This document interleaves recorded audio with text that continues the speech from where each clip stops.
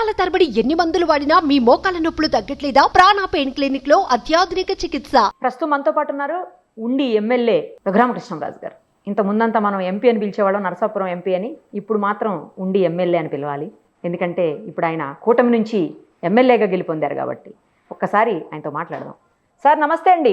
నమస్తే నిరుపమ గారు. నో అధ్యక్ష నమస్తే. ఎద్దులేని అధ్యక్షాలు ఇవన్నీ అప్పుడే ఇచ్చేది కూడా ఏమో బయట వినిపిస్తోంది అధ్యక్షులు, ఇంకేముంది స్పీకర్ అయిపోతున్నారు రఘురామకృష్ణరాజు గారు అని. అవునా కాదా? బ్రదర్ అనుకోవడం తప్ప అభిమానం తనడమేనా మేమందరం? అంతే అంతే అంతే, అందులో నిజం లేదు. ఏమో బయట అయితే మీరు స్పీకర్ అనే వినిపిస్తోంది. మరి అదే ప్రజల నమ్మకం తప్పితే అందులో నిజం లేదు. సరే అయితే మరి మంత్రా లేకపోతే అందరూ అంటున్నట్టే అందరూ తెలియదు. ఎమ్మెల్యే అయిన ప్రతి వాడు మంత్రి అవ్వాలనే కోరుకుంటాడు. అలాగే అందరిలో నేను ఒకన్న తప్ప అంతకు మించి లేదు. ఓకే. కాకపోతే మంత్రి అవ్వాలని ప్రతి ఎమ్మెల్యే అనుకుంటాడు, కానీ ప్రజలు ఎక్కువగా అనుకోరు. పలానా వాడు మంత్రి అయితే బాగుంటుందో లేకపోతే ఏదో ఇంకోటి బాగుంటుందనో. నా విషయంలో ప్రజలు కొంచెం ఎక్కువగా డెఫినెట్ గా మంచి మనసుతో స్పందిస్తున్నారు. సో కానీ ప్రజల మనసుల కన్నా ముఖ్యమంత్రి మనసు గెలుచుకోవాలి కదా. గెలుచుకున్నారు కాబట్టి లేట్ గా అయినా సీటు కొట్టారుగా. ఇప్పటి వరకు పార్లమెంట్ లో అడుగు పెట్టారు, ఇక నుంచి కొత్తగా అసెంబ్లీలోకి అడుగు పెట్టబోతున్నారు. ఎలా ఉంది ఫీలింగ్ మీకు? ఫీలింగ్ అంటే ప్రస్తుతానికి అయితే అసెంబ్లీలో అడుగు పెడుతున్నందుకు పెద్ద ఎక్సైట్మెంట్ అయితే ఏమీ లేదు. ఎందుకని? ఎందుకంటే కొత్తగా చట్టసభల్లో అడుగు పెడితే ఎక్సైట్మెంట్ ఉంటుందేమో. నాకు ఎక్సైట్మెంట్ ఆల్రెడీ అయ్యింది కాబట్టి. అంటే అసెంబ్లీలో కొత్త కదా. అసెంబ్లీ నుంచి పార్లమెంట్ కి వెళ్తే ఎక్సైట్మెంట్ ఉండొచ్చు, కానీ డైరెక్ట్ గా పైకి వెళ్ళి పైనుంచి కిందకి వస్తే పెద్ద ఎక్సైట్మెంట్. పార్టీ ఇంత గ్రాండ్ విక్టరీని కాదు చెప్పాలంటే సునామీని, నిజంగా సునామీలో అందరూ కొట్టుకుపోయినటువంటి పరిస్థితి. ఎలా అనిపిస్తుంది మీకు? చాలా చాలా చాలా సంతోషంగా ఉంది. ఎందుకంటే ఇది నా 4 సంవత్సరాల కళ సాకారం అయింది. అందుకని ఐఎమ్ డెఫినెట్ గా వెరీ మచ్ థ్రిల్డ్. చాలా చాలా చాలా సంతోషంగా అనిపించింది. ఈ విక్టరీలో మీరు కూడా భాగస్వామి. అవునన్నా కాదన్నా అది నిజం. లాస్ట్ టైము వైసీపీలో ఉన్నారు, అప్పుడు కూడా విక్టరీ 151 సీట్లతో. మళ్ళీ ఇప్పుడు టీడీపీలోకి వచ్చారు, ఇప్పుడు మరో భారీ విజయం 164 సీట్లతో. రఘురామకృష్ణరాజు గారు ఎక్కడుంటే అక్కడ ఏదో ఒకటి సెన్సేషన్ క్రియేట్ అవుతూ ఉండాలా? అవుతుందా?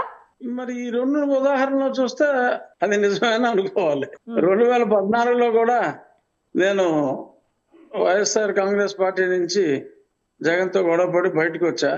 అప్పుడు కూడా ఆ పార్టీ పోయింది. ఇప్పుడు మరోసారి గొడవ వచ్చినందుకే పోయిందంటారా అని నేను అంటలా, అనుకోకుండా అలా జరుగుతున్నాయంటున్నా. ఓకే. యాదృచ్ఛికాలే, అదే ఇవన్నీ యాదృచ్ఛికాలే. 3 సార్లు యాదృచ్ఛికాలే, కానీ ఏదో నా టైం బాగున్నట్టుంది, అలా జరిగింది. చెప్పండి, ఇప్పుడు కక్ష సాధింపు రాజకీయాలు మరి చెయ్యము అని చెప్పేసి పవన్ గారు అంటున్నారు. చంద్రబాబు గారు కూడా ఆ దిశగా ఏమీ మాట్లాడలేదు. అలాంటిది ఏమన్నా ఉంటుందా? ఎందుకంటే చాలా మీరు ఇబ్బంది పడ్డారు ఆ ప్రభుత్వంలో, చాలా రకాలుగా ఆ పార్టీలోనే ఉండి ఆ పార్టీ ఎంపీగానే ఉన్నా కూడా అనేక రకాల ఇబ్బందులకు గురయ్యారు మీరు. ఇప్పుడు అలాంటిది ఏమన్నా తీర్చుకోపోతున్నారా? పగ ప్రతీకారాలు లాంటివి ఏమన్నా? సినిమాలో వాళ్ళు చట్టానికి వ్యతిరేకంగా నన్ను గట్టిగా కొట్టారని చెప్పి నేను పగ ప్రతీకారం అని చెప్పి వాళ్ళని నేను ఎలాగా కొట్టిస్తాను? అది కరెక్ట్ కాదు. వాళ్ళు తప్పు చేశారని చెప్పి నేను బాధపడి ఆ తప్పే నేను ఎందుకు చేస్తా? కానీ వాళ్ళు తప్పు చేశారు కాబట్టి ఆ తప్పుకి చట్ట ప్రకారం ఏ శిక్ష ఉందో ఆ శిక్ష విధించే వరకు విశ్రమించాలి. వాళ్ళకి ఆ తప్పు చేసిన వాళ్ళకి ఆ శిక్ష పడేలాగా చేయకపోతే ప్రజలు డెఫినెట్ గా నన్ను క్షమించరు. నువ్వేంటారు ఏదో పెద్ద పోటీగాడు అనుకుంటే, నిన్ను కొట్టిన వాళ్ళు కూడా, నిన్ను కొట్టిన పోలీసులను కూడా నువ్వేం చేయలేకపోయావంటే అది నాకు చిన్నతనం, నన్ను నమ్మిన ప్రజలకు చిన్నతనం. సో వాళ్ళనైతే వదిలేదు లేదు. చట్ట ప్రకారం ఒక డైలాగ్స్ కూడా వినపడుతున్నాయండి రఘురామకృష్ణరాజు గారు ఎమ్మెల్యే గారు. ఏమని వినపడుతున్నాయో తెలుసా? సమరసింహారెడ్డి లాగా ప్రతీకారం తీర్చుకుంటారా, సీమశాస్త్రి గారు లాగా సైలెంట్ అవుతారా అని. మళ్ళీ ఇక్కడ కూడా ఈ రెడ్లు శాస్త్రులు కూడా ఎందుకని రఘురామరాజు లాగానే నేను చేయవలసింది చేస్తా. ఓకే, అదే చట్ట ప్రకారం ఏదైనా కూడా బ్రాకెట్ లో చట్ట ప్రకారం. బ్రాకెట్ లో నా చట్ట ప్రకారం అయితే అవసరమైతే వాడతారు, లేకపోతే లేదు. లేదు బ్రాకెట్ ఉంటుంది. అంటే ప్రతిదానికి చెప్పక్కర్ లేకుండా బ్రాకెట్ లో పెట్టేసుకోమని. రైట్. ఎప్పుడు ప్రమాణ స్వీకారం ప్రభుత్వాన్ని? 9 అని పేపర్ లో చదివా. మాకైతే అఫీషియల్ గా కమ్యూనికేషన్ లేదు. ఇప్పుడు ఢిల్లీ ఇంకా మానేస్తారా? కంప్లీట్ గా హైదరాబాద్ లో ఉంటారా, లేకపోతే ఉండి ప్రజలకు అందుబాటులో ఉంటారు? ఇంత ముందంతా మీరు ఎక్కువగా ఢిల్లీలోనే ఉండేవాళ్ళు. ఇప్పుడు అంటే అప్పుడు పరిస్థితులు వేరు, అప్పుడు దుర్మార్గ పాలన. ఇప్పుడు మా పార్టీ అధ్యక్షుడు కాబోయే ముఖ్యమంత్రి వర్యులు ఇప్పుడు మరి ఢిల్లీ ఎన్డీఏ మీటింగ్కి వచ్చారు కాబట్టి నేను ఎయిర్పోర్ట్లో ఇక్కడికి వచ్చి ఉదయం ఎయిర్పోర్ట్ లో ఆయన రిసీవ్ చేసుకోవడం జరిగింది. ఓకే. ఇంకా నా మిత్రులు కొద్దిమంది ఉన్నారు, మిత్రులను కలిసి రేపు మళ్ళీ విజయవాడకి నా తిరుగు ప్రయాణం. నియోజకవర్గంలో అందుబాటులో ఉంటారా లేకపోతే హైదరాబాద్ లో ఉంటారా? మళ్ళీ నియోజకవర్గం ఉండి నియోజకవర్గ ప్రజలకు అందుబాటులో ఉంటాను. హైదరాబాదులో ఉండను. మీరు ఎంత ఎక్స్పెక్ట్ చేశారు? ఇంత ఇంత అనుకున్నారా అసలు? అనుకోకుండా ఇది రీచ్ అవుతున్నారా? అంటే నేను తరచూ నా రెగ్యులర్ రచ్చబండలో కానీ వీటిలో కానీ నేను చెప్పింది 125 least of the least. Yeah. 150 దాటినా ఆశ్చర్యపోనవసరం లేదు అని అన్నమాట పదే పదే చెప్పా. కానీ 164 అన్నది నేను ఎక్స్పెక్ట్ చేయను. నేను ఎంతసేపు 150 దగ్గరే ఫిక్స్ అయ్యా. 151 ఏదైనా సెంటిమెంటల్ గా క్రాస్ అయితే వచ్చేమో కూడా ఆదర్ మార్గం ఓడించి క్రమంలో అని అనుకున్నాను. కానీ ఈ 164 ఇలాగా 95,000 మెజారిటీలు చాలా మందికి రావటాలు అయితే నేను ఎక్స్పెక్ట్ చేయను. డెఫినెట్ గా నాకైతే తెలుసు, ఒక్క కేకేకే తెలుసు అనుకుంటా. అది కేకే గారే కరెక్ట్ గా ఇచ్చారండి, నిజంగానే బ్రహ్మాండంగా ఇచ్చాడు. అసలు ఎగ్జాక్ట్ ఫిగర్స్ ఇచ్చారు. నాకు కూడా తను ప్రీపోల్ చేశాడు, తను సర్వే. ఓ ప్రీపోల్ సర్వే కూడా తను అప్పుడు నా ప్రీపోల్ సర్వే చేసినప్పుడే నాకు అతను నుంచి 34-35 మెజారిటీ ఇవ్వటం జరిగింది. మీకు సీట్ కూడా అంటే చాలా కొంచెం లేట్ గా అనౌన్స్ అయింది యాక్చువల్లీ. ఇంకా ముందే అంటే ఇంకా చాలా మెజారిటీ వచ్చేదని కూడా కొంతమంది అంటున్నారు. అంటే ఆంధ్రప్రదేశ్ లో జరిగినవన్నీ ఫేస్ టు ఫేస్ ఫైట్లు. నా ఒక్క నియోజకవర్గంలోనే ట్రయాంగిల్ ఫైట్ అయింది. ఎక్స్ ఎమ్మెల్యే తెలుగుదేశం పార్టీలో 2 సార్లు నెగ్గిన ఎమ్మెల్యే గత ఎలక్షన్ లో నా మీద తెలుగుదేశం తరపున పోటీ చేసి ఓడిపోయిన ఎంపీ అభ్యర్థి ఎమ్మెల్యేగా ఇండిపెండెంట్ గా యువజన శ్రామిక రైతు కాంగ్రెస్ పార్టీ పరిపూర్ణ మద్దతుతో పోటీ చేయడం జరిగింది. సో అంచేత అతనికి కూడా 13,000 ఓట్లు వచ్చింది. అది మా పార్టీ ఓట్లు అవి. బట్ స్టిల్ అదర్వైజ్ 70,000 క్రాస్ అయ్యాడు. మరి సైగ చేసి చెప్తున్నారు పరిపూర్ణ అని, ఏంటది? అవునవును, అంటే మాటల్లో కాకుండా చేతల్లో చెప్పి స్పెషల్ గా చెప్తున్నారు ఏంటి అని అర్థం కాలే. అంటే వైఎస్ఆర్ పార్టీకి ఇవ్వటం చెప్పక్కల్లా, ఏ పార్టీకి ఆ పార్టీ ఇవ్వటం చెప్పక్కల్లా.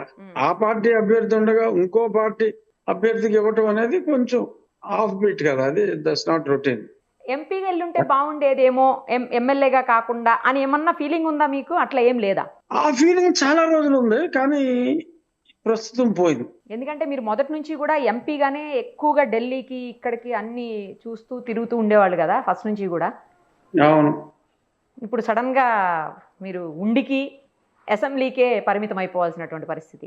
ఇప్పుడు పెద్దగా అవసరం ఉండదు మీకు ఢిల్లీకి వెళ్ళేది. పెద్దగా ఏముండదు, డెఫినెట్ గా ఉండదు. అంటే రాష్ట్రానికి సంబంధించి కేంద్ర మంత్రులను కలవాల్సిన అవసరం డెఫినెట్ గా ఉంటుంది ఇక్కడ నిధులకి. ఎందుకంటే కేంద్రంలో మంత్రులు ఎవరున్నా కనీసం 50% నాకు క్లోజ్ గా నన్ను పేరు పెట్టి పిలిచేవాళ్ళు. నేను కూడా చివరిలో ఒక జీ అని యాడ్ చేసినా నేను కూడా చక్కగా పేరు పెట్టి పిలిచే వాళ్ళే ఉంటాను.